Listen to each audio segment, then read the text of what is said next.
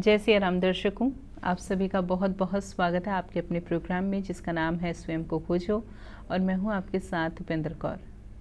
दर्शकों, इस कार्यक्रम के माध्यम से अभी तक हमने बहुत ही अद्भुत प्रसंगों पर चर्चा की, जिसके माध्यम से हमने इस बात को समझा कि यदि प्रभु श्री राम को वनवास ही ना होता तो ऐसे में दिए गए श्रापों का और वरदानों का क्या होता। ऐसे में कार्यक्रम की पिछली श्रृंखला में एक बहुत ही सुंदर प्रसंग पर चर्चा हो रही थी, जिसको आज इस कार्यक्रम के माध्यम से हम आगे और बढ़ाएंगे।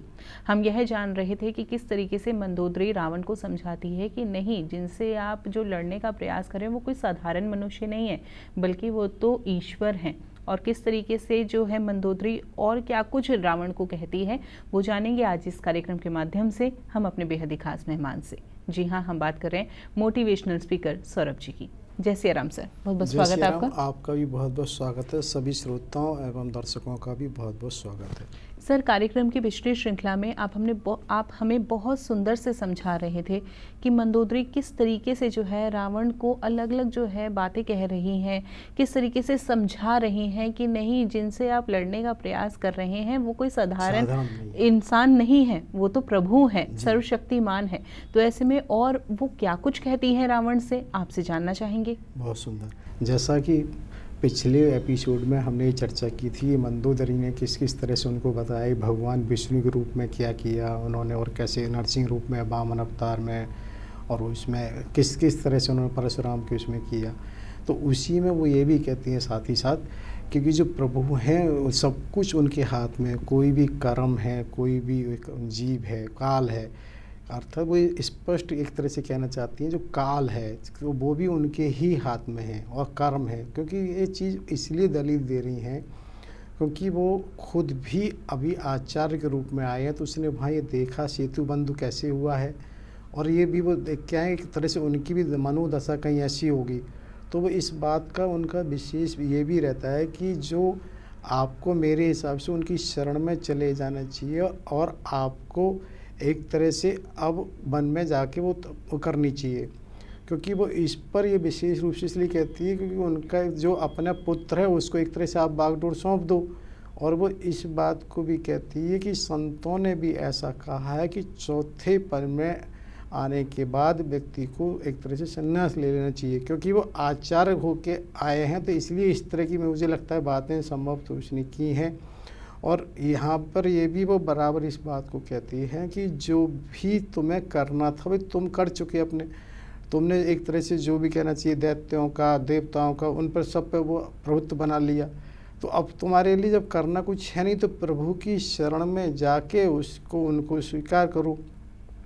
लेकिन किसी भी तरह से, क्योंकि वो काल के बस है, या घटना को घटना ही उस तरह से होता तो उसे समझना है ही नहीं। और मुझे तो कहीं ना कहीं ऐसा लगता है कि कितनी बार उसको समझाया तो वो ऐसा बेसमझ नहीं है रावण। लेकिन रावण स्वयं में इतना वो निर्णय लेने वाला है कि उसने निर्णय पहली बार ही जो ले लिया था सारा विचार करके लिया है। क्योंकि विद्वान तो वो बिल्कुल कम नहीं है कि इसका प्रत्येक उदाहरण आज भी हम इस तरह से देखते हैं कि वर्तमान में भी अभी हमारे यहाँ जो ज्योतिष की 2 पुस्तक होती हैं, रावण संहिता, भृगु संहिता, तो जो रावण संहिता उसकी पुस्तक रचित है उसके द्वारा आज भी, यानी कि जब वो सब चीज़ का ज्ञाता है तो वो ऐसा नहीं हो सकता वो अज्ञान रहा हो, लेकिन उसने सब विचार करके ही निर्णय लिया है।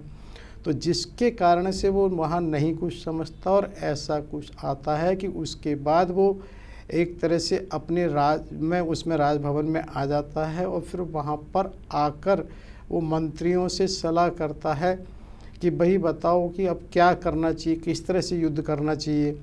तो जो उसके राज्यसभा में बैठे मंत्रीगण हैं वो कहते हैं कि महाराज आप अनेकों बार इसी तरह की चर्चाएं क्यों करते हैं, इसमें सोचना क्या है, मनुष्य हो या बानर हो ये तो हमारे आहार हैं, इनका क्या है, इनको तो कभी भी अपना भोजन बना लेंगे, इसमें क्या विचार करना है।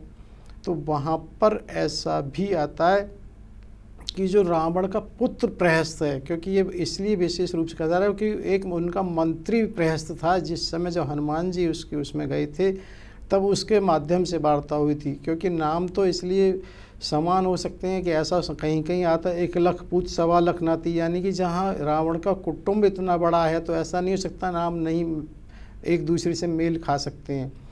तो यहाँ स्पष्ट लिखा हुआ है कि जो उस रावण का पुत्र प्रहस्त है वो वहाँ सिर नवाकर उनसे स्तुति करता है कि ये जितने भी तुम्हारे गाल बजाने वाले मंत्री हैं एक तरह से मूर्ख हैं और ये सिर्फ उचित सलाह नहीं दे रहे हैं, क्योंकि उनका ये आशय होता है कि प्राय ये देखा जाता है कि जो मधुर भाषी है एक तरह चाहिए आपके मुंह पे आप किसी कहने वाले बहुत मिल जाते हैं, लेकिन ऐसे लोग बहुत कम होते हैं जो आपको अच्छी सलाह दें, कटु कह सकें और जो आपके हित का हो।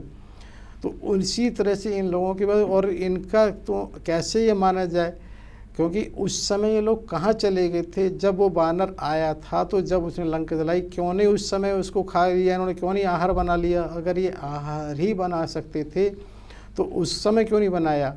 ये सिर्फ गाल बजा के तो वो कहना चाह रहे हैं, भ्रमित करना चाह रहे हैं, ऐसा उनका नहीं है। तो मेरा आपसे ये है निवेदन कि इसे स्वीकार करो कि आप पहले नीति की बात यह है कि अपना दूत वहाँ भेजें और दूत के साथ में जब वो कहें तो उनकी स्त्री को वहाँ भेज दें। यदि इससे बात ख़त्म हो जाती है तो सबसे अच्छा है, यदि इसके बाद भी बात नहीं ख़त्म होती है तब फिर आप उसको एक तरीके से फिर युद्ध में जो भी होगा फिर उसको युद्ध के हिसाब से करें। बिल्कुल। तो यहाँ देखिए उसने नीति की बात कही है और इस चीज़ को ये कहा है। और यहाँ एक